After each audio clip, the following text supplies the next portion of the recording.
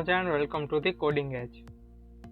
तो friends, last video में हमने ब्रेक और कंटिन्यू के बारे में बात की थी और आज की वीडियो में हम बात करने वाले हैं पैटर्न्स के बारे में कि नेस्टेड फॉर लूप का यूज करके हम पैटर्न कैसे बना सकते हैं।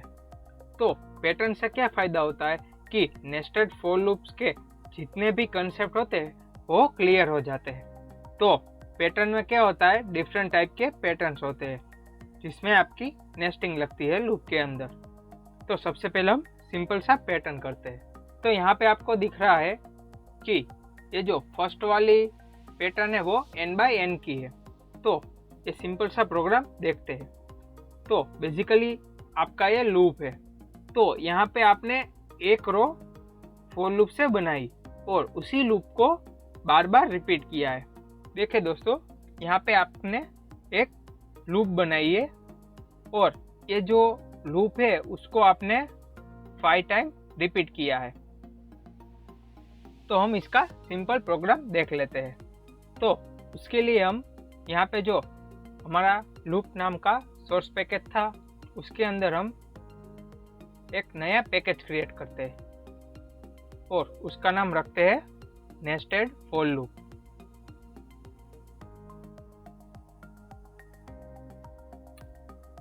अब नेस्टेड फॉर लूप के अंदर एक हम नया क्लास क्रिएट करते हैं और क्लास का नाम हम रखते हैं पैटर्न 1।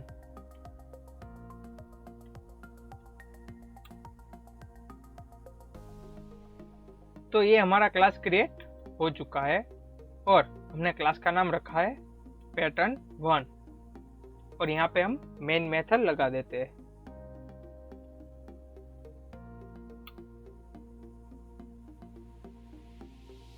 और यहाँ पे सबसे पहले हम फॉर लूप लगाते हैं।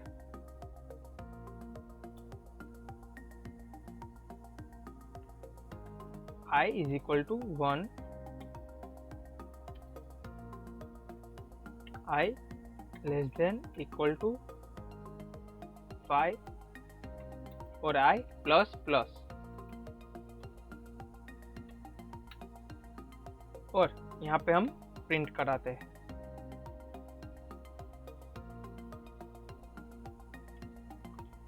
system.out.println, यहाँ पे int I आएगा।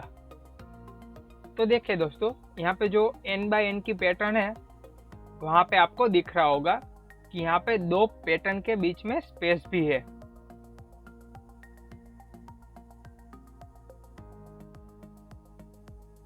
मतलब हमें प्रोग्राम में यहाँ स्पेस भी रखनी होगी।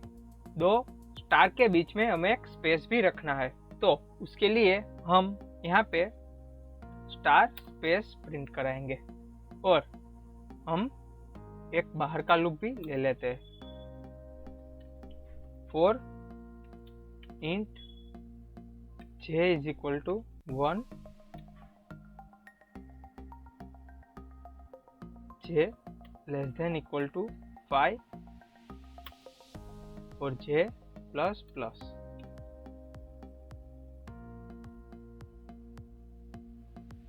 यहाँ पे ये लूप खत्म होगी।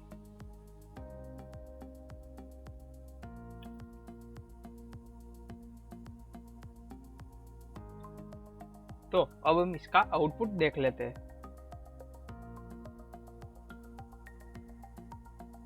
तो ये हर एक स्टार नई लाइन में प्रिंट होता है। तो उसके लिए हम यहाँ से प्रिंट ln निकाल देंगे, सिर्फ प्रिंट रखेंगे क्योंकि प्रिंट ln से नई लाइन क्रिएट हो जाती है, इसलिए हम सिर्फ प्रिंट रखेंगे। तो यहाँ पे एक ही लाइन में सब पैटर्न आ चुकी, लेकिन हमें n बाय n मतलब 5 पैटर्न का एक लूप है, वो पूरा हो जाने के बाद फिर से उस लूप को रिपीट करना है। तो उसके लिए हम यहाँ पे लिख लेते हैं system.out.println। इससे नई लाइन क्रिएट हो जाती है। ये लाइन आपकी रो को सेपरेट करेंगी। तो अब हम प्रोग्राम रन करते हैं। तो देखिए दोस्तों, 5 बाय 5 का पैटर्न क्रिएट हो चुका है। और दो पैटर्न के बीच में स्पेस भी आ चुकी है। अगर मैं यहाँ से स्पेस निकाल देता हूँ तो हमारा पैटर्न ऐसा दिखेगा, लेकिन हमने जो पैटर्न देखी उसमें स्पेस थी, उसके लिए हम यहाँ पे स्पेस रखेंगे। तो ये सिंपल हमारा प्रोग्राम पूरा हो चुका है। अब हम इसी प्रोग्राम को taking user input through run करते हैं। तो उसके लिए हम यहाँ पे scanner sc is equal to new scanner system dot in लिख लेते हैं।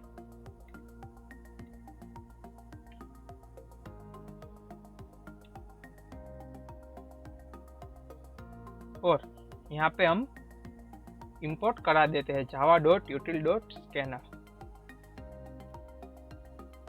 और यहाँ पे int n is equal to sc dot next int.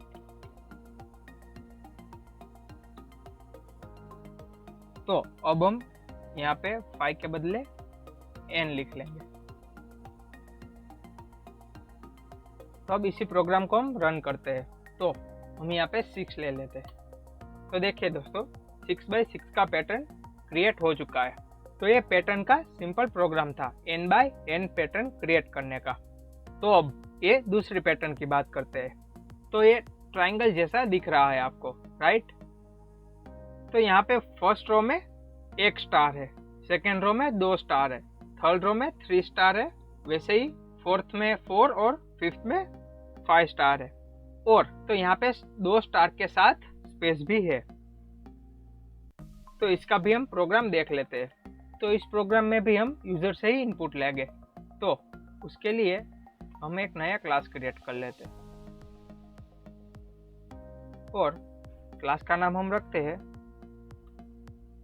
Pattern 2।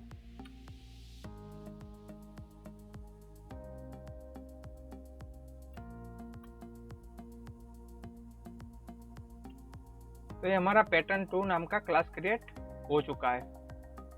सबसे पहले यहाँ पे हम मेन मेथड लिख लेते हैं और यहाँ पे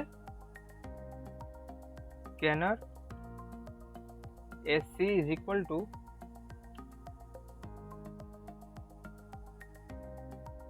new scanner system dot in.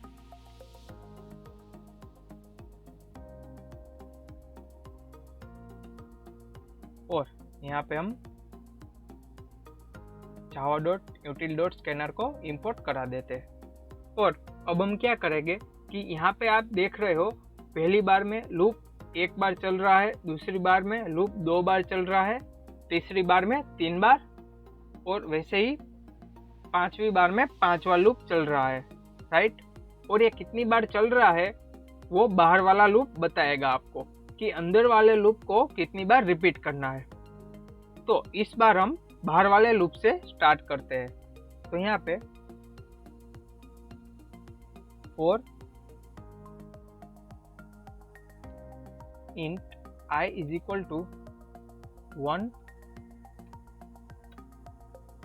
I less than equal to n और I प्लस प्लस।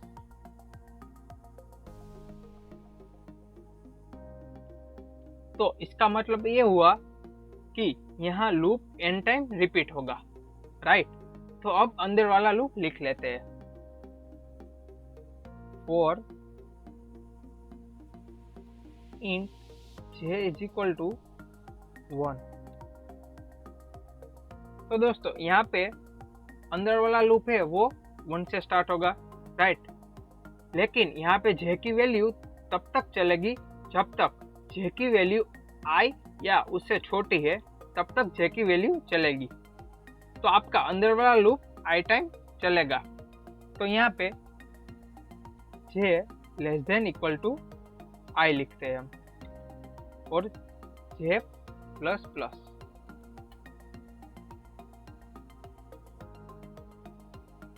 और यहाँ पे हम प्रिंट कराते।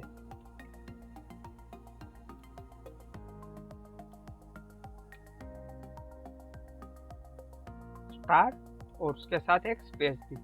लेकिन देखिए दोस्तों, यहाँ पे एरर दिखा रहा है।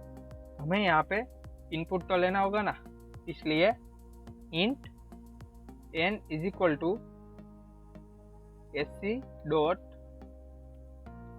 Next int.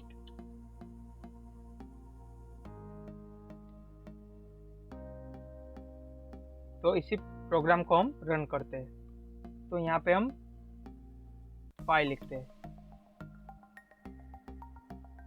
हम बार बार यही गलती कर रहे हैं कि यहाँ पे प्रिंट ln लिख लेते हैं। हमें यहाँ पे सिर्फ प्रिंट लिखना है, एक स्टार होने के बाद नई लाइन क्रिएट ना हो जाए।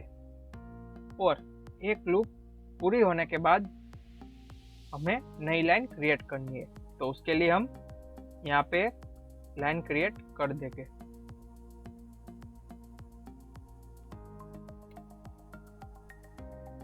तो अब हमारा प्रोग्राम पूरा हो चुका है और इसका हम आउटपुट देखते हैं। तो यहाँ पे हम n की वैल्यू 5 ही लेते हैं। तो देखिए दोस्तों, हमारा आउटपुट आ चुका है। सबसे पहले 1 स्टार, फिर 2 स्टार, वैसे ही 5 स्टार। तो आई होप दोस्तों आपको आज ये 2 पैटर्न समझ में आ गई होगी और उस 2 पैटर्न को नेस्टेड फॉर लूप का यूज करके पैटर्न कैसे क्रिएट करना है वो आपको समझ में आ गया होगा। तो आज की वीडियो हम यहीं पे ख़त्म करते हैं। अगर आपको कोई डाउट है तो आप नीचे कमेंट करके बता सकते हो या फिर मुझे इंस्टाग्राम पे डायरेक्ट डीएम कर सकते हो। तो हम नेक्स्ट वीडियो में बात करेंगे ऐसे ही दूसरी पैटर्न के बारे में। तो तब तक के लिए see you, have a good day.